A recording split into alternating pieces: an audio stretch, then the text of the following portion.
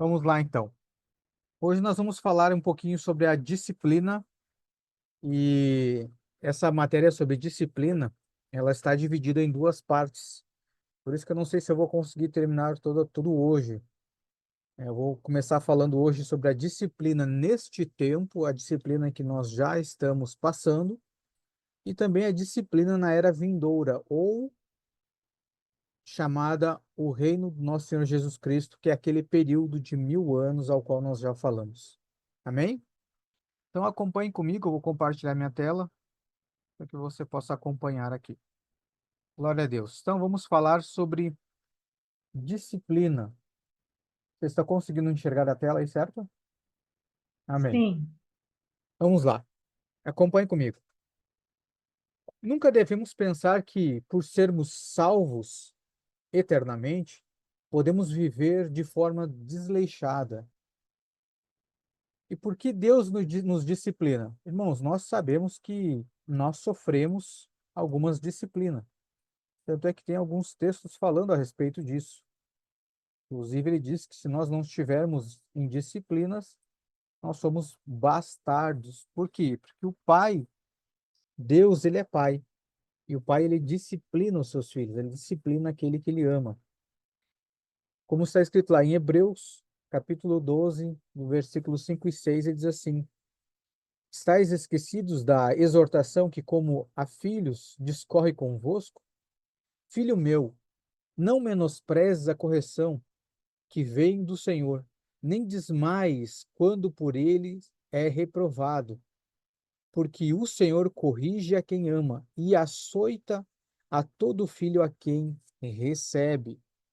Então, irmãos, desde esse tempo, desse período em que nós estamos vivendo em Cristo, nós já estamos sendo disciplinados. Uma das formas ao qual o Senhor ele nos disciplina é através de situações. Lembram do livro de Jó? Muitos talvez pensam, porque né, o diabo se levantou contra Jó. Mas quando você vai ver o contexto, o livro inteiro de Jó, você vai ver que o Senhor queria trazer uma correção para a vida de Jó. Por mais que a Bíblia diga que ele era justo, íntegro, reto, ainda assim o Senhor queria trazer uma correção para a vida dele. E quem que o Senhor usou para trazer uma correção para ele? Então, para nós que somos filhos, não basta a gente ficar, né, porque o diabo, botando a culpa no diabo. Não vai adiantar. Por quê? Porque até o diabo ele é sujeito a Deus. Os espíritos das trevas são sujeitos ao Senhor. A Bíblia ela vai dizer que nós não somos tentados além das nossas concupiscências. Então, onde Satanás age? Aonde os espíritos das trevas agem? Justamente nas nossas concupiscências. E por que isso? É para trazer para a luz, é para revelar que nós precisamos mudar essas coisas, que nós precisamos abrir mão dessas nossas concupiscências. Então, na verdade, a primeira coisa, quando acontece algo, a primeira coisa que nós deveríamos fazer é correr para Deus, correr para o Pai, para ver assim, opa, será que eu estou errando em alguma coisa? Será que isso é alguma disciplina, alguma correção? Porque a primeira coisa que nós temos que fazer, irmãos, é falar com o pai. Olha só como é que se comporta uma criança. Por exemplo, tem uma criança e uma outra pessoa ela vai vir tentar machucar ou fazer alguma coisa com essa criança ela vai fazer o quê? Qual é a primeira atitude dessa criança? Ela não vai enfrentar o seu opositor. A primeira atitude é correr para o pai. Então assim deveríamos ser nós, não é mesmo? Vamos seguir. Primeiro, por amor. O motivo da disciplina é o amor de Deus. Deus só disciplina os seus filhos. Se alguém não é filho de Deus, ele não o disciplinará. Apocalipse, no capítulo 3, versículo 19, ele diz assim: Eu repreendo e disciplino a todos quantos amo. Sê, pois, zeloso e arrepende-te. Aqueles que não são disciplinados não são filhos. A disciplina é a prova que somos filhos. Hebreus, capítulo 12, do 7 ao 8, ele diz assim: é para a disciplina que perseverais. Deus vos trata como filhos, pois que filho há que o pai não corrige? Mas se estáis sem correção, de que todos se têm tornado participantes, logo sois bastardos e não filho. Então, o que que ele está falando aqui? Esse texto até ele é muito importante para a gente entender o contexto até geral, o contexto da igreja, o contexto dos irmãos. Aqui ele está falando que todos, ou seja, todos os filhos são disciplinados. Então não há um filho que não esteja sem disciplina. Porque se não precisasse de disciplina, esse filho já estava perfeito. Então, irmãos, todos nós, todos os filhos são disciplinados. Mas se alguém estiver sem disciplina, esse texto está dizendo: logo sois bastardos e não filhos. Então, irmãos, se você está passando por uma disciplina, se você está passando por um período que está tratando o seu caráter, irmãos, você não é que você está em pecado, é o Senhor te corrigindo, transformando o seu caráter, para que você não continue numa vida de pecado, porque o pecado foi resolvido na cruz. Ponto. Mas o pecado que dá fruto, ele está no seu corpo. E para que você não continue nessa obra de pecado, o Senhor te corrige, te disciplina. Amém? Segundo, para sermos participantes da santidade de Deus. Olha só. O segundo motivo da disciplina é a intenção de tornar-nos participantes da santidade de Deus. O Senhor não nos disciplina porque quer que, quer nos ver sofrer ou porque gosta de disciplinar. Ele o faz para que sejamos participantes da sua santidade. Hebreus, capítulo 12, do 9 ao 10. Além disso, tínhamos os nossos pais segundo a carne, que nos corrigiam e os respeitávamos. Não havemos de estar em muito maior submissão ao Pai espiritual. Algumas versões vai estar assim, ao Pai dos espíritos, e então vivermos, pois eles nos corrigiam por pouco tempo. Está falando dos nossos pais aqui da terra. Segundo o melhor lhes parecia. Deus, porém, nos disciplina para aproveitamento, a fim de sermos participantes da sua santidade. Se um cristão vive de forma relaxada, sem manifestar a santidade de Deus, a mão do Senhor virá sobre ele. A sua disciplina somente cessará quando vivermos em santidade. Disciplina é diferente de punição. Olha só, preste bem atenção nisso. Disciplina é diferente de punição. A disciplina é para os filhos, e vem por causa do amor, mas a punição é para os malfeitores e é apenas para pagar pelo erro. Amém? É um fato que, se o cristão dá vazão ao pecado e não vive em santidade, ele experimentará a disciplina de Deus. O alvo de Deus não é puni-lo, mas torná-lo participante de sua santidade pela disciplina. Ninguém deve pensar que, se um cristão não fizer o bem, Deus negará como seu filho e o expulsará como um cão. Pensar assim é desconhecer o alcance da obra de Cristo. E isso nós podemos ver até como pais, né? Por mais que o filho possa errar, né, possa pecar, possa cair em muitos erros, você não o expulsa, ele não deixa de ser seu filho.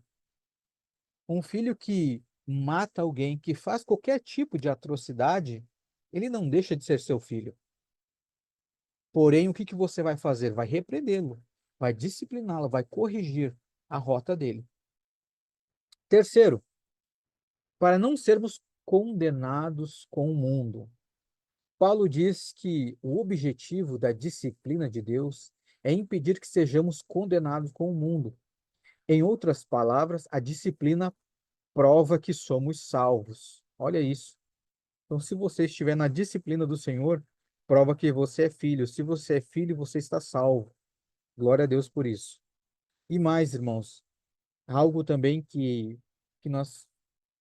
fica claro para nós compreender é que para você ser filho de Deus, primeiro que você precisa estar vivo. E quando se fala de vida, não é a vida na carne que nós temos, essa vida aqui é passageira. Quando eu falo de vida, é a vida eterna.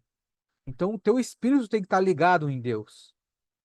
Por isso que Deus só vai repreender os filhos. Por quê? Porque o restante está morto. Deus vai repreender morto. Não faz sentido. Agora, aquele que está vivo, que recebeu a vida eterna, esse se tornou filho e está vivo. Então, esse vai entrar na disciplina. Nós achamos que se dissermos às pessoas que elas são salvas, se tornarão relaxadas. Mas Deus faz exatamente o oposto. Ele proclama que se cremos, somos salvos eternamente, jamais pereceremos. Contudo, Deus tem sua maneira de guardar-nos do relaxamento da libertinagem. É verdade. Irmãos, a Bíblia diz, e ela é bem clara, que foi para a liberdade que Cristo nos libertou, mas para a liberdade, não para a libertinagem. O próprio apóstolo Paulo, ele vai nos aconselhar a não viver no pecado, né? O próprio apóstolo Paulo sofria muitas situações em que ele foi dar uma reclamadinha para Deus. O que que Deus falou? A minha graça te basta. O Senhor não retirou o espinho da carne de Paulo, não é mesmo? Então, o que que era aquilo, irmão? Se até o apóstolo Paulo estava precisando da disciplina, estava precisando daquele espinho, quem dirá nós? Por quê? Porque o Senhor estava corrigindo, transformando o caráter dele. A disciplina do pecado, a, a disciplina do pecado para a morte. Vamos lá, João nos diz em 1 João, primeira carta de João, capítulo 5:16, que há pecados para a morte. Isso significa que a disciplina de Deus pode resultar até mesmo em morte. Mas pense bem, as pessoas podem se confundir pensando que o pecado para a morte é o mesmo que a perdição, mas isso é um erro. A verdade é que alguns crentes podem pecar a ponto de terem de ser removidos deste mundo. Então, quando ele fala que há pecados para a morte, é que pode trazer morte para o corpo. O resultado deste pecado pode ser a morte desse corpo. Você pode ser retirado. Que é um exemplo de uma pessoa que foi retirado, e eu creio que foi retirado antes do tempo, antes do seu tempo, e eu creio que foi salvo porque confessou a Cristo, João Batista. João Batista confessou ou não confessou a Cristo? Ó, esse aí que está vindo é o Cordeiro de Deus, que tira o pecado do mundo. Ele confessou a Cristo. Só que o que aconteceu? Depois que ele confessou, começou a duvidar.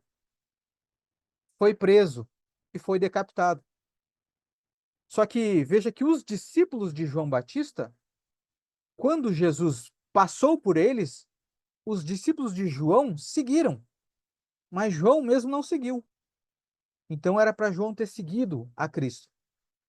Então, irmãos, tem coisas, tem pecados que pode sim retirar você desse plano, para que você não continue fazendo más obras. Mas se o seu espírito está salvo, está salvo. Amém?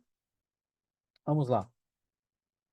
A disciplina está totalmente relacionada ao corpo. Portanto, muitos trechos na Bíblia que parecem dizer que os crentes perecem, na verdade estão falando sobre disciplina.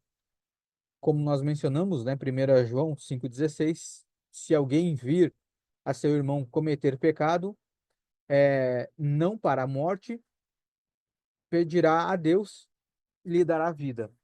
Aos que não pecaram para a morte, há pecado para a morte, e por esse não digo que rogue. Olha que interessante isso aqui. Olha um exemplo claro aqui. Ananias e Safira, Atos, capítulo 5, do 1 ao 10.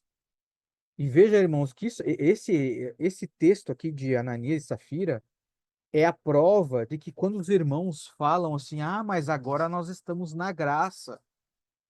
Irmãos, Ananias e Safiras aqui estavam na graça. Cristo já tinha subido. Era total graça aqui, né? Mas para eles não teve muita graça. Olha só, são um exemplo de crentes que foram disciplinados severamente por Deus. Não devemos pensar que Ananias e Safira não eram salvos. Eles estavam com os apóstolos nos dias de Pentecostes e também fizeram a oferta. O pecado deles foi buscar vanglória. O fato de terem sido removidos prova que eram irmãos. Se fossem descrentes, ainda viveriam por muito tempo. O pecado cometido por Ananias e Safira foi mentir ao Espírito Santo. Dispuseram-se a dar tudo, não o fizeram e ainda mentiram. Olha isso. A disciplina do pecado para a morte. Os crentes divisivos em Corinto. Primeira carta aos Coríntios, no capítulo 3, 17, diz assim: Se alguém destruir o templo de Deus, Deus o destruirá, porque o templo de Deus, que sois vós, é santo. É pecado para a morte destruir o santuário de Deus, que é a igreja. Seguindo, a disciplina do pecado para a morte. Tomar a ceia de forma irreverente. Na primeira carta aos Coríntios, 11, texto base da ceia, versículo 29 e 30 diz assim: Tomar a ceia de forma irreverente, sem discernir o corpo, é pecado para a morte. A mão disciplinadora de Deus torna as pessoas doentes e fracas, e não poucas são as que dormem, ou seja, morrem, né? Aqui está falando dormem porque essas pessoas já estão salvas. Deus tratou-as assim porque eles trataram o corpo de Cristo de maneira leviana. Depois de pecarem, Deus as disciplinou. Irmãos, quando nós falamos a respeito da ceia, onde fala que você, né, comem e bebem sem discernir o corpo, come e bebe condenação, é você não saber do que você está participando, dessa aliança que você recebeu e você não assumiu o compromisso que você está falando que vai assumir diante de você participar. É a mesma coisa, vamos dizer assim, de um casamento. Quando você promete lá diante, né, do pastor ou diante do juiz, você faz uma série de promessas e você está se aliançando com essa pessoa. Só que aí no processo você não cumpre com aquilo que você prometeu. Ou você até desconhece daquilo que você está prometendo. Veja que a ceia é uma aliança, é um novo testamento que você está fazendo com o Senhor. É uma aliança. E nesta aliança você está se comprometendo com uma parte do corpo.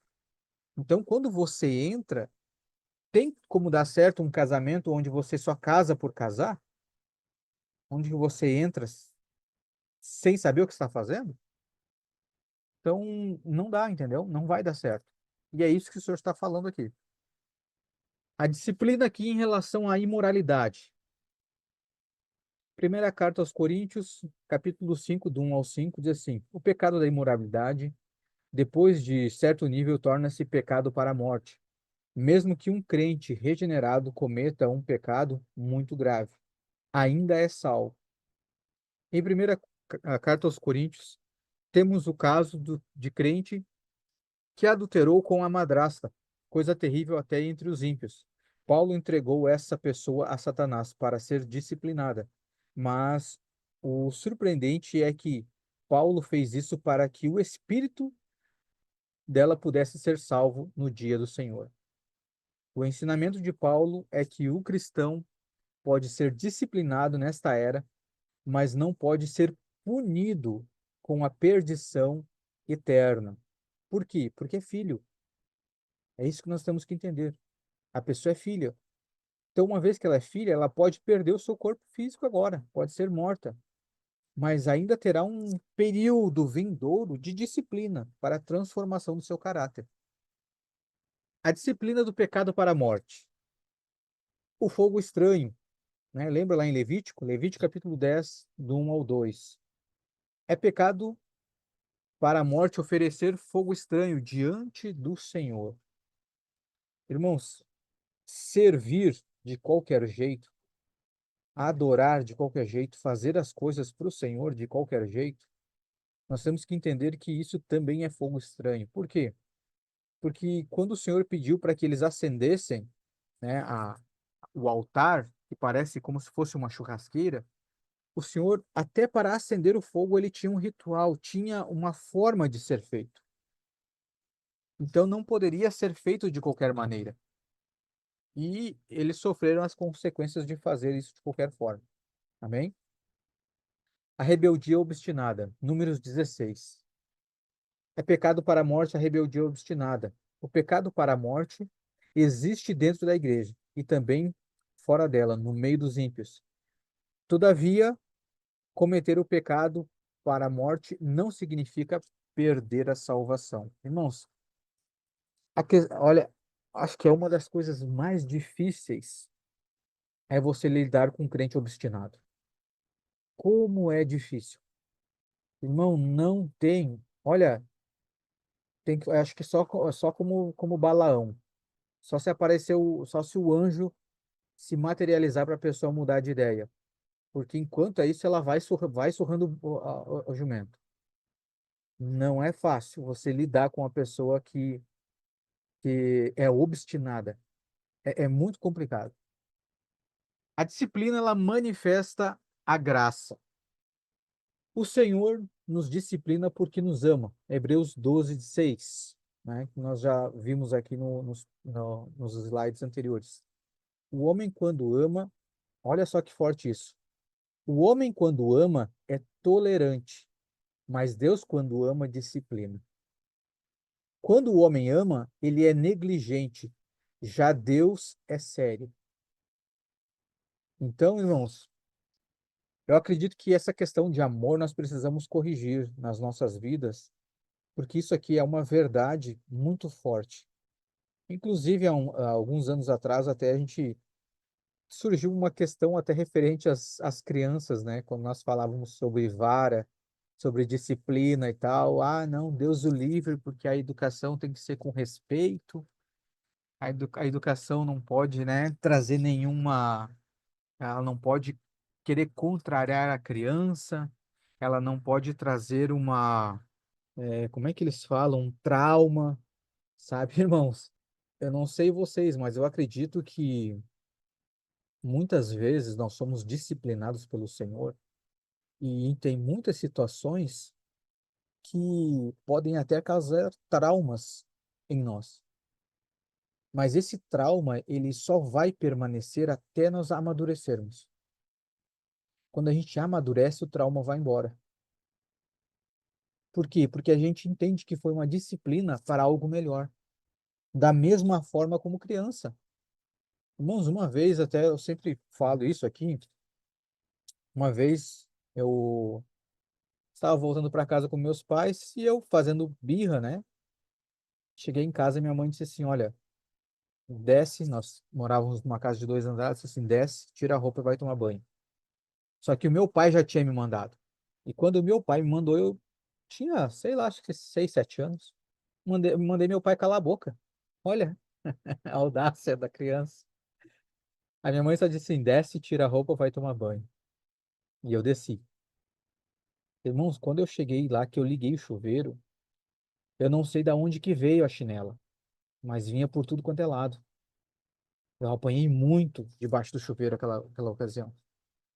Irmão, se hoje você faz isso, não, Deus o livre, você está criando um trauma na criança, ela vai ficar traumatizada, ela vai ficar com raiva de você. Irmão, realmente, por muitos dias eu fiquei bravo com minha mãe, fiquei triste. Mas, sinceramente, hoje, quando eu olho para aquela situação, eu vejo que eu apanhei pouco pelo desrespeito e desonra que eu causei pelos meus pais. Irmão, sinceramente, eu apanhei muito pouco dos meus pais. Então, eu vejo que o trauma, ele só permanece até vir a maturidade. Quando a pessoa amadurece e entende a importância da obediência, da santificação, como o Senhor fala aqui, que ele nos disciplina para que a gente faça proveito da santidade dele. Quando a gente compreende isso, a gente vê que a disciplina do Senhor ainda é leve para nós, que nós merecemos muito mais, mas o Senhor pega leve. Então, nós precisamos corrigir essa rota, que eu acredito que também foi uma mentalidade que foi criada, foi uma cultura que ao longo dos anos foram criadas justamente para que a gente viesse enfraquecer essa disciplina, essa correção. Irmãos, veja que os avós, pense nos avós de vocês, se vocês não conheceram os avós, pense nos pais, como que era a educação dos pais ou dos avós? Tinha o por favor, sim senhor, muito obrigado, com licença. Era uma educação completamente diferente. Como é que é hoje? E na, na época de vocês, pelo menos comigo, não, isso não podia acontecer, mas na época de vocês, você podia chegar e interromper um adulto que estava conversando? Deus o livre fazer uma coisa dessa. Só que com o passar do tempo, as pessoas foram relevando, ah, não, porque eu apanhei muito dos meus pais, eu não quero que meus filhos passem por isso. Só que o que acontece? Foi por você apanhar dos pais, foi por você ter recebido essa disciplina que você é quem você é hoje. Isso você não leva em conta. E a disciplina de Deus é que vai fazer com que nós sejamos santos. Por isso que ele diz: olha, irmãos, se preparem para que quando o Senhor voltar, vocês estejam santos e irrepreensíveis diante do Senhor. Então, por isso da disciplina. Por isso que o Senhor, quando ele nos disciplina, é uma forma dele demonstrar o nosso amor. Ninguém gosta aqui de disciplinar uma criança, de bater, de corrigir, mas faz para que ela não venha fazer e sofrer isso mais adiante. Eu me lembro que minha mãe sempre diz: olha, a criança que não apanha em casa, ela apanha na rua. Por quê? Porque ela vai ser mal educada em casa, só que ela vai chegar num ponto que ela vai ser mal educada na rua. E alguém não vai tolerar a má educação dessa pessoa. Ou ela vai apanhar de estranhos ou da polícia, porque a polícia vai exercer uma autoridade e contra a polícia você não vai ser mal educado. Amém? Glória a Deus. Irmãos, aqui nós iríamos começar a disciplina no reino. Amém? Só que vai ser um assunto muito extenso para nós falarmos. Eu quero ver se eu trago mais textos nas Escrituras para falar sobre essa disciplina no reino. Então, o que que eu vou fazer? Eu vou deixar para a gente encerrar na semana que vem, até para a gente também poder ter mais tempo para a gente conversar a respeito. Por quê?